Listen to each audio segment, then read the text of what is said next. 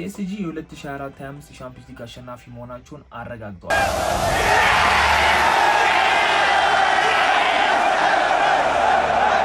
ሜሲ፣ ኔይማር፣ ኪሊያን ምባፔ ማሳካት ያልቻሉትን የሻምፒዮንስ ሊግ ዋንጫ ካቫራስ፣ ዴምቤሌና ይሄ ማሳካት ችሏል። እነዚህ ሶስት ተጫዋቾች እንዴት ሊያሳኩ ቻሉ? እነዛ ምርጥ ኮከቦች ተጫዋቾችን ደግሞ እንዴት ሊያሳኩ ቻሉ የሚለው ነገር አብረን እንመለከታለን። ኢንተር በ3 ዓመት ውስጥ ለሁለተኛ ጊዜ የሻምፒዮንስ ሊግ ተጋጣሚ ቢሆንም በሁለቱም በሻምፒዮንስ ሊግ ዋንጫዎች ማሸነፍ አልቻለም። ጎሎችን ማስቆጠር አልቻለም። ኪሊያን ቡድኑን ለቆ በወጣ በመጀመሪያ ዓመቱ ቡድኑ የሻምፒዮንስ ሊግ አሸናፊ መሆን ችሏል። ይሄንንም አብረን እንመለከታለን። የሻምፒዮንስ ሊጉን አሸናፊ ቲም እንዴት እዚህ ደረጃ እንደደረሰ ኢንተር እዚህ ፋይናል እንዴት እንደደረሰ አብረን የምንመለከተው ይሆናል። ሰብስክራይብ ማድረጋችሁ እናረሱ። ወደ ቪዲዮቹ እንሂድ።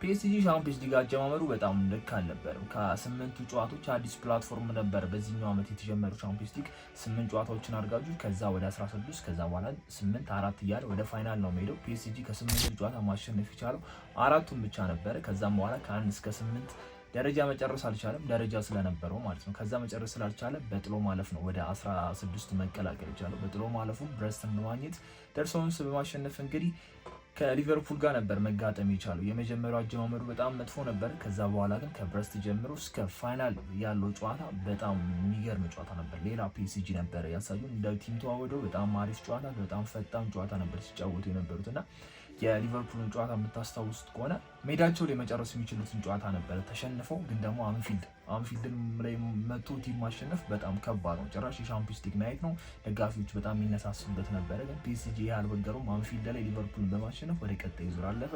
ከዛም ቪላ ነበር። ቪላን በሜዳቸው ጨርሰው ቢመጡ ቪላ ግን ከሜዳው ላይ 2-0 ከመመራት ተነስቶ እንግዲህ ጨዋታውን ለመቀልበስ ሞክረው ነበር። ጨዋታውን ግን ተቆጣጥረውት ፒኤስጂ መውጣት ችለው ነበር። ወደ ቀጣዩ ዙርም አለፉ። አርሰናልን ነበር ሲያገኙ የነበሩት። አርሰናል ሌላኛው ቀለል አድርገው ያሸነፉት ቲም ይመስለኛል። በሜዳቸውም ከሜዳቸውም ውጪ በማሸነፍ ነው እንግዲህ ወደ ቀጣዩ ዙር ያለፉት። ይሄኛው ፒኤስጂ በጣም ያስፈራ ነበረ። እንደ አስፈሪነቱም በኢንተር ላይ 5 ጎሎችን ያዘነበው 5 ጎሎች በሻምፒዮንስ ሊግ ፋይናል በጣም እንደ ቀልድ ነው፣ እንደ ሊግ ጨዋታ ነው ያየው። ልክ ሊግ ዋን ላይ እንደሚጫወተው ነው ኢንተር ላይ ተጫውቶ ያሸነፈው ብዬ አስባለሁ። ዴምቤሌ 2 አሲስቶች ያደረገበት፣ ዱዌ ገና በ19 ዓመቱ 2 ጎሎችንና አሲስት ማድረግ የቻለበት፣ ካቫራስ የሚገርም አጨራረስ። ከዛም በኋላ ደግሞ 5ኛውን ጎል ተቀይሮ የገባው ተጫዋች እንግዲህ የሚገርም ጎል ማስቆጠር ችሎ ነበር። ኢንተርን ብንመለከት የባርሳን ስህተት ማረም አልቻሉም ብዬ አስባለሁ። ባርሳ ላይ በደርሶ መልሱ 6 ጎል ነበር የተቆጠረባቸው። ባርሳ በጣም በቀላሉ ሲያገባባቸው ነበር። ሁለቱም የመከላከል ችግር ነበረባቸው ብዬ አስባለሁ። ኢንተርም ባርሳም በቀላሉ ይገባበታል፣ ኢንተርም በቀላሉ ነበር ሲያገባ የነበረውና የባርሳን አርሞ መምጣት ይችላል ብዬ አስቤ ነበረ። ኢንተር እኛ የምናውቀው በደንብ በመከላከሉ ነበረ፣ ግን ባርሰሎና ላይ በደንብ አይተነዋል። ከፍት ነበረ፣ በጣም ከፍት ነበረ። እድለኛ ሆኖ ባለቀ ሰዓት ባገቧቸው ጎሎችና በጭማሪ ሰዓት ላይ ባገቡት ጎል ወደ ፋይናል ማለፍ ችለው ነበረ። ግን ደግሞ ፒኤስጂ የሚገርም የመከላከል የሚገርም የማጥቃት መሀል ላይ ያላችሁ ተጫዋቾች በጣም ጥቅጥቅ ያሉ ስለነበረ ፒኤስጂን ጨዋታ ቀለል አድርጎ ነበረ። በገና 20ኛው ደቂቃ ላይ ነበር ጨዋታ ኦልሞስት ያለቀው ማለት ይችላል። 2 ጎሎች ተቆጥረው ነበር በዛ ሰዓት ላይና ምንም አይነት ጎል አልተቆጠረባቸውም። ፒኤስጂ ጭራሽ 3ኛ 4ኛ ጎል ካገባ በኋላ ልክ እንደተመራ አይነት ቲም ነበር ሲጫወት የነበረው። ጎሎችን ለማግባት አሁንም እየተጣጣረ ነበርና ኢንተር ጥፋታቸውን አርሞ ወር ደግሞ የመከላከል እንትናቸውን አርሞ መጥተዋል ብዬ አላስብም። የባርሰሎና በጣም ግልጽ የሆነ ጨዋታ ነበረ።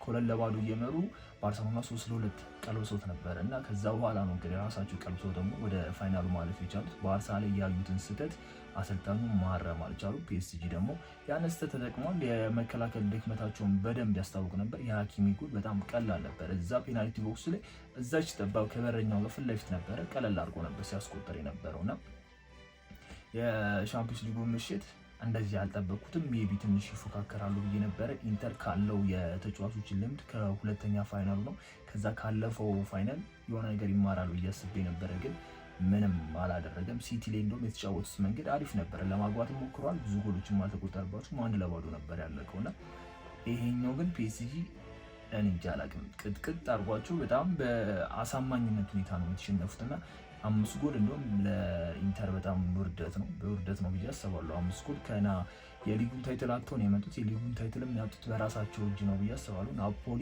ነጥብ ሲጥል አብረውት ነው ነጥብ የጣሉ 37ኛ ሳምንት ላይ እና ከምንም ዋንጫ ነው ያልሆኑት። ትሪብል ያሳካሉ ከሚባሉ ቲሞች ከባርሰሎና ከፒኤስጂ እና ከኢንተር 3 ነበሩ። ከዛ ኢንተር ሙሉ ለሙሉ ያጣው፣ ባርሳ ቢያንስ 2ቱን አሳክቷል ከትሪብሎቹ ሻምፒዮንስ ሊግ የሚያጣው። ፒኤስጂ ደግሞ ትሪብሉን ማሳካት ይችላል። ሉዊስ ኤንሪኬ የሰሩት ቡድን በጣም ቀላል ቲም አይደለም። ባለፈው ዓመት ኪሊያንን ይዘው ነበረ፣ ወደ ፋይናል ሊደርሱም አልቻሉም። ከዛም በኋላ ኪሊያን ከቡድኑ ለቀቀ። የሻምፒዮንስ ሊግ ተፋላሚ ለመሆን ፈልጋል፣ ሻምፒዮንስ ሊግን ማሳካት ይፈልጋል። በማድሪድ ደግሞ ማሸብረቅ የሚፈልግ ነበረ፣ ግን ኪሊያን በመጀመሪያ ዓመቱ ማድሪድ አሪፍ ቲም አልሆነለትም። እንደ ማድሪድ እንደ ባለፉት ዓመታት ያየነው ማድሪድ አሪፍ አልነበረም። ኪሊያን በግሉ በጣም ጸዴ ነበር፣ አጀማመሩ ልክ አልነበረም። ግን ደግሞ ተለውጦ የጎልደን ቡት አሸናፊ እስከሚሆን ድረስ ነው እንግዲህ ኪሊያን ማድሪድ ፐርፎርም ማድረግ የቻለው። ግን ደግሞ የቀድሞ ቡድኑ ሲፈልጉ የነበረውን የሻምፒዮንስ ሊግ ዋንጫ እሱን ከለቀቁት በኋላ ነው እንግዲህ ማሳካት የቻሉት። እነ ዴምቤሌ፣ እነ ካቫራስ፣ እነ ዱሄ በቃ የፋይናሉን ጨዋታ ልምድ እንዳለው አይነት አጫዋት ነው የተጫወተው። የመጀመሪያው ተጫዋች ሆኗል በፋይናል ጨዋታ አሲስት ጎል ማድረግ ይቻለ በትንሽ እድሜ ማለት ነው። እና ዴምቤሌ የዚህኛው ዓመት የባላንዶር አሸናፊ የሚሆን ይመስለኛል ካረጋቸው ጨዋታዎች አንጻር። ከዛም በኋላ ደግሞ 2 አሲስቶች በፋይናል ላይ ማድረግ ቀላል አይደለም። ካቫራስ የጨረሰበት መንገድ ጎሉን በዛች ጠባብ ሁኔታ ውስጥ ምን ያህል ልምድ እንዳላቸው ነው የሚያስታውቀው። እና በጣም ቀለል ያለ ምንም ማያስቸግር ጨዋታው ገና ሲጀምር ያስታውቅ ነበረ። ፒኤስጂ በጣም ኃይል የተሞላበት ጨዋታ በደንብ የሚሮጡ ምናምን ነገር ኳሱን ተቆጣጥሮት የሚጫወቱ እንደነበር ያስታውቃል። ምናልባት የተወሰነ ደቂቃ ላይ ይቀየራል ብዬ አስቤ ነበረ፣ ግን ኢንተር ምንም የሞከረው ነገር አለ ብዬ አላስብም። በቃ ከትንሽ እንትኖች ከአንጻር ጨዋታውን መቆጣጠር አልቻለም። ከዚህም በላይ ጎል ይቆጠርባቸው ብዬ ነበር አስባለሁ። 5 ግን በቂ ይመስለኛል። 5 ጎል ለሻምፒዮንስ ሊግ ፋይናል በጣም ቀላል አይደለም። ፒኤስጂ በከዋክብቶቹ እነ ሜሲ እነ ኔይማር እነ ኪሊያንን ይዞ ከ16ቱ ማለፍ አልቻለም ነበር። 3ቱን ተጫዋች ይዞ በቃ ያሳኩት ትልቅ ሪከርድ 16 ነበር እና ያንን የከዋክብቶች እንትን ጥለው እነዛን ተጫዋቾች አስወጥተው በሉዊስ ኤንሪኬ አሪፍ የሚባሉ ተጫዋቾችን ሰብስቦ እንደ ቡድን የሚጫወቱ ኢጎ የሌለባቸው በቃ የምናስታውሰው ነው አይደል? ኪሊያን እና ኔይማር የነበረችው ጸብ ምናምን ነገር ኔይማር ፒኤስጂ ሲል ከካቫኒ ጋር ምናምን እና አንደኛው ከአንደኛው ተጫዋች ይጣሉ ነበር እዛ ቤት ውስጥ። ሜሲን ከመጣ በኋላ ሜሲና ኔይማር የነበራቸው ጓደኝነት በኪሊያን አልተወደደም። ከዚህ የሆነ ነገር ነበር፣ ሚዲያው በጣም የሚያወራው ነገር ነበርና ከቡድኑ እይታ ይልቅ የነሱ የሜሲ የኔይማር የኪሊያን ወሬ ይበዛበት ነበረ። ቲሙ በጣም ይጎ ነበረ እዛ አካባቢ ላይ። እነሱ ከወጡ በኋላ እንግዲህ ፒኤስጂ እንደ ቲም መጮት ችሏል። ዴምቤሌ የምታስታውሱ ከሆነ በአርሰናል ጨዋታ ላይ ትንሽ ከሉዊስ ኤንሪኬ አለመግባባት ጋር ምናምን ተፈጥሮ ነበር። ሉዊስ ኤንሪኬ ምንም አይነት እንትና ራዕይ ያልሰጡትም ከጨዋታው ውጭ ነው ያደረጉት እና ልክ ናቸው ብዬ አስባለሁ። ተመልሶ የኪሊያንን የነ ሜሲን የነ ኔይማርን አይነት ቲም መገንባት የለባቸው። ሁሉም እዛ ጋር እኩል ናቸው፣ ሁሉም እዛ ጋር አንድ ናቸው ብሎ ማሰቡ ለቲሙ መነሳሳትም ሆነ ለምትሰራቸው ስራዎች አሪፍ ናቸው ብዬ አስባለሁ። ሉዊስ ኤንሪኬ በታሪካቸውን ግን 2ኛ አሰልጣኝ መሆን ችሏል። 2 ትሪብል ማሳካት የቻሉ አሰልጣኝ ፔፕ ነበረ በባርሰሎና እና በማን ሲቲ እንግዲህ ትሪብል ዋንጫዎችን ማሳካት ችሏል። ሉዊስ ኤንሪኬ ደግሞ በባርሰሎናም አሁን ደግሞ በፒኤስጂ ትሪብሎችን ማሳካት ችሏል። ምንም እንኳን 4 ዋንጫዎችን ቢያሳኩም በሊጉ 2ኛ ግምት የሚሰጠውን የካፕ ዋንጫ ስታሸንፉ ነው ትሪብል የሚባልላችሁና ፔፕም ኤፍኤ ካፕን ስላሸነፈ ነው ትሪብል የተባለለት። ግን በዛ ሰዓት ካርዲ ካፑን ፔፕ አልበላው ነበረ። ፒኤስጂ የተሳተፈበትን ዋንጫ ጠቅላላ ማሸነፍ ችሏል ብዬ አስባለሁ። ከዚህ በኋላም ሱፐር ካፕ ከቶተናም ጋር አላቸው። ምናልባት እሱን የማሸነፍ እድል ይኖራቸዋል ብዬ አስባለሁ።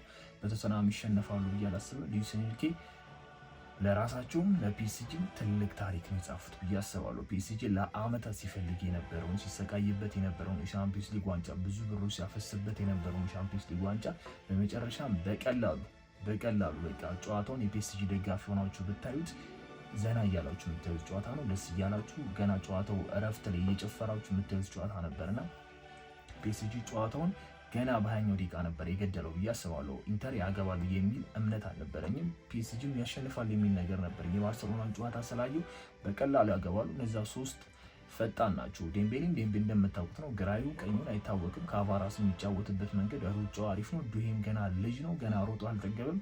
እነሱንም ነው ያሳያቸውና ፒኤስጂ እንደ ቲም ተጫውተው ዋንጫውን አሸንፏል። ለዚህ ዓመት ምርጡ ቲም ለማለት ትንሽ በለግተኝም ግን ለእኔ ምርጡ ቲም ናቸው። በቃ ባርሰሎና ነበር የዚህ ዓመት ምርጡ ቲም፣ ግን ደግሞ ቻምፒዮንስ ሊግ ፋይናል መድረስ አልቻሉም። እሱ ነው ወሳኙ ነገር። ቢደርሱ በጣም አሪፍ ነበር። አሪፍ ጨዋታ የምናይ ነበር። ከሁለቱም የሚገራርም ጨዋታዎች እናይ ነበር። ግን ፒኤስጂ የ8ቱ ጨዋታዎች አጀማመሩ በጣም ልክ አልነበረም። ግን ራሱን አርሞ የምድብ ጨዋታ ቻምፒዮንስ ሊግ በአዲስ ፕላትፎርም መምጣቱ በጣም ነው የጠቀመው ብዬ አስባለሁ ፒኤስጂ እና ምናልባት የምድብ ጨዋታ ምናምን ነገር የሱ 4 ቲሞች ሆኖ 3 ተጫዋቾች ምናምን ነገር ከሰው ሜዳ እናንተ ሜዳ ላይ ምናምን ቢሆን ነው ይከብደዋል። ሜቢ ላያልፍ ይችላል ወደ 16 ብዬ አስባለሁ። ግን ለፒኤስጂ ጠቅሞታል። ራሱን አሻሽሎ ነው የመጣው። ለዋንጫ ተፋላሚ ሆነው ዋንጫውን እንደቀልድ ነው ያነሳውና በዚህ ዓመት የዴምቤሌ የባላንዶር አሸናፊነት ያላር ከላሚን ያማል ከራፊኒያ የወሰደበት ይመስለኛልና በጣም ዴምቤሌ የዚህኛው ዓመት የባላንዶር አሸናፊ ነው ለማለት በጣም እርግጠኝነት መናገር ይመስለኛል። ላሚን ያማል አይሰጡትም፣ ራፊኒያ ነው እንደዛውና የሰውዬ ትሪብል አሳክቷል። ቻምፒየንስ ሊግ ፋይናል ላይ አሲስት ማድረግ ችሏል። ቁጥሮች የምትመለከቱ ጎሎቹንና ዴምቤሌ እዚህ ዓመት አሸናፊ ነው። በቃ ፒኤስጂ ወደ ተጫዋቾቹን ወደ ከዋክብትነት ነው የቀየራቸው። ዴምቤሌ ባርሴሎና ቤት ይሄን አላሸበረቀ ነበር፣ ፒኤስጂ ቤት አሸበረቀ። ካቫራስ ምንም እንኳን ናፖሊ ላይ አሪፍ አቋም ቢኖረው ከዛ ከናፖሊ ወጥቶ መልሶ አሪፍ አቋም ያሳየው። ግን ደግሞ አዲስ ነው ያየነው። በቃ አይደል ሉዊስ ኤንሪኬ አንድ አሪፍ ነገር ይሰሩት ብዬ ማሰቡ በቃ ሁሉንም ነገር በከዋክብቶች በአሪፍ ተጫዋቾች ምናምን ነገር ለመግዛት አላሰቡም ነበርና ከናፖሊ ጋር ያለውን ነገር አይተው ካቫራስን ወደ ፒኤስጂ ያመጡት። እሱም የሚገርም ፐርፎርማንስን ያሳያቸው ጃንዋሪ ላይ ነው እና 6 ወር ወደ 6 ወር ነው የቆየው ፒኤስጂ ቤት ውስጥ።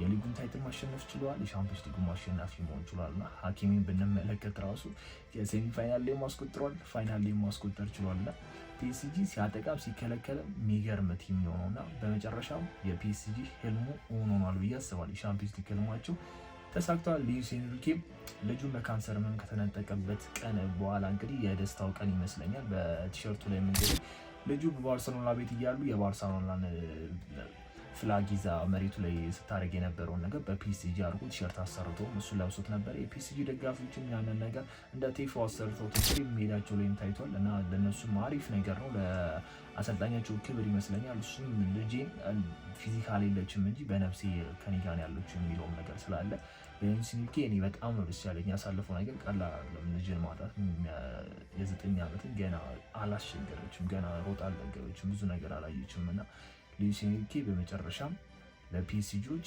ህልም የሆነባቸውን ነገር ማሳካት ይችላሉ አይችሉም የሚሉትን ነገር አሳክቶላቸዋል ብዬ አስባለሁ። በጣም ጽድት ያለ ፍክክር የሌለበት ግን ደግሞ ለተመልካቹ ማዝናኝ የሆነ ጨዋታ ነበር። 5-0 ኢንተር በማሸነፍ ፒኤስጂ የ2024/25 የሻምፒዮንስ ሊግ አሸናፊ መሆን ችሏል።